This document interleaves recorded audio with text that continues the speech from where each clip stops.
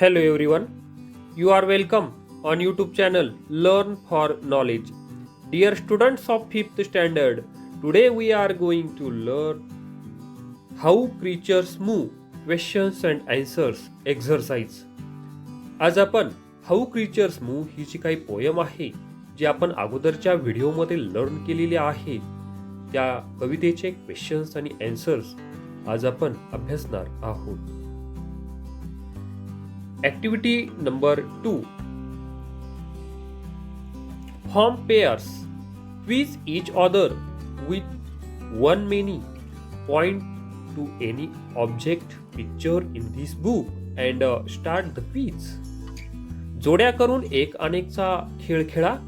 कोणतीही वस्तू या पुस्तकातील चित्र दाखवून खेळ सुरू करायचा आहे. आता फॉर एक्झाम्पल, वन लायन एक सिंह, मेनी लायन्स अनेक सिंह, मेनी बॉईज अनेक मुले, वन बॉय एक मुलगा. म्हणजे वन मेनीचा खेळ जो आहे तर तो खेळायचा आहे. And next activity, write down any 5 pairs of one many. आता कोणत्याही 5 एक अनेकच्या जोड्या लिहायच्या आहे. तुम्ही अशा ओरली अनेक जोड्या ज्या आहेत तर त्या ओरली डिस्कस चर्चा करायची आहे आणि लिहिताना 5 जोड्या ज्या आहेत तर त्या लिहायच्या आहेत. आता आपण 5 पेअर्स ज्या आहेत तर 5 जोड्या ज्या आहेत तर त्या बघूया. One pen many pens means एक पेन अनेक पेन. वन बेंच मेनी बेंचेस एक बेंच अनेक benches. One animal many animals म्हणजे एक प्राणी अनेक प्राणी.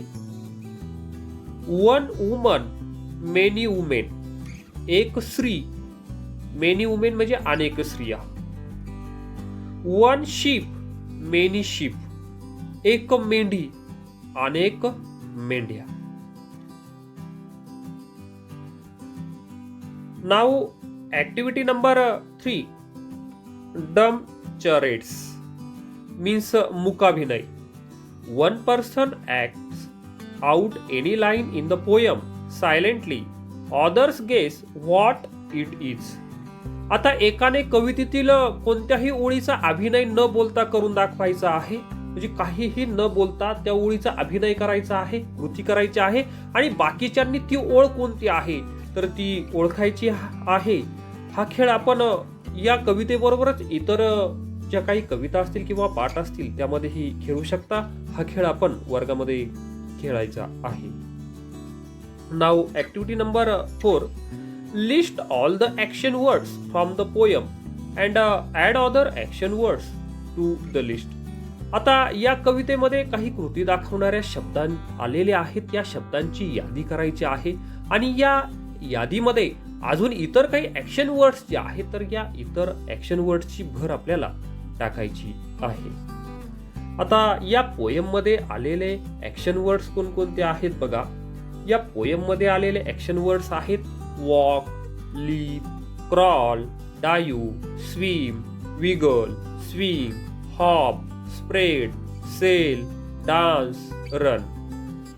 आता यामध्ये आपल्याला इतर ऍक्शन वर्डची भर जी आहे तर ती आपण कशा पद्धतीने टाकू शकतो बघा. काही नमुना ऍक्शन वर्ड्स या ठिकाणी दिलेले आहेत. यापेक्षा तुम्ही अजूनही खूप ऍक्शन वर्ड्स आहेत ते तुम्ही लिहू शकता. अदर ऍक्शन वर्ड्स कोणकोणते आहेत? Jump, eat, smell, work, find, sing, learn, fly, speak, write, hit, fight, cry, see, hear, tell. हे सर्व ऍक्शन वर्ड्स आहेत. म्हणजे हे काहीतरी कृती दाखवणारे वर्ड्स आहेत, कृती दाखवणारे शब्द आहेत. आपणास जर हा व्हिडिओ आवडत असेल तर लाईक करा, कॉमेंट करा आणि चॅनल जर आपण सबस्क्राईब केलेलं नसेल तर चॅनलला सबस्क्राईब करा.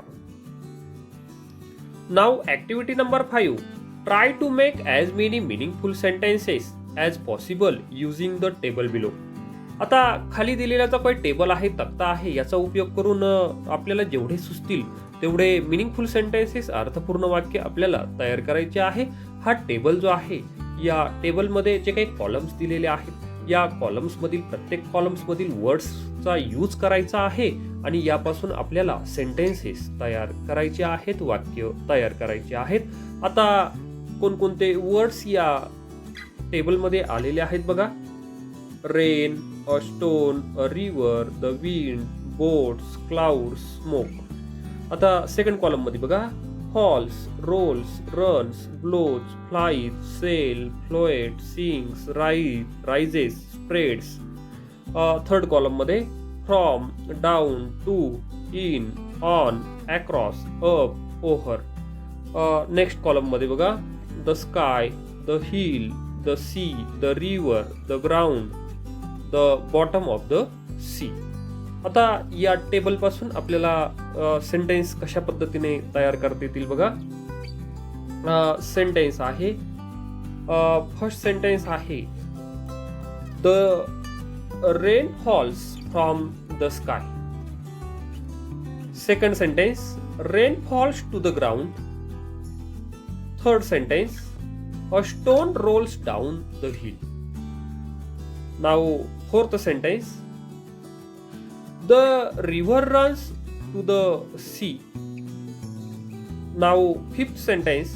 The river runs down the hill. Now sixth sentence.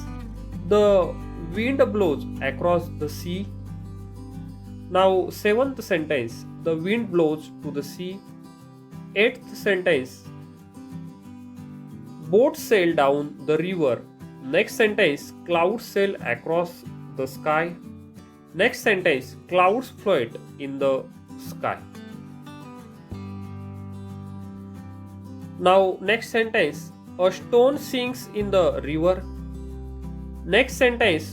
Smoke spreads across the sky. Next sentence. Smoke rises up the hill. Now activity number 6.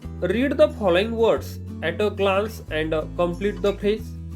एका दृष्टिक्षेपात शब्द वाचायचे आहे आणि शब्दगट पूर्ण करायचे आहे. आता शब्दगट पूर्ण करण्यासाठी काही वर्ड्स दिलेले आहेत. At, near, behind, in front of, on the left of, on the right of, next to हे प्रिपोजिशन्स दिलेले आहेत. आणि आता आपल्याला या फ्रेजेस कंप्लीट करायच्या आहेत. आता या फ्रेजेस कशा पद्धतीने पूर्ण होतील बघा. At the door, near the school, behind the tree, in front of our house, on the left of the table, on the right of the cupboard, next to our class. अशा पद्धतीने या phrases हे शब्दसमूह पूर्ण होतील. यापेक्षा वेगळे words वापरून आपण या फ्रेजेस ज्या आहेत तर त्या पूर्ण करू शकतात. आपल्याला जर हा व्हिडिओ आवडला असेल तर लाईक करा, कॉमेंट करा आणि चॅनल जर सबस्क्राईब केलेलं नसेल तर चॅनलला सबस्क्राईब करा. Thank you very much for watching this video.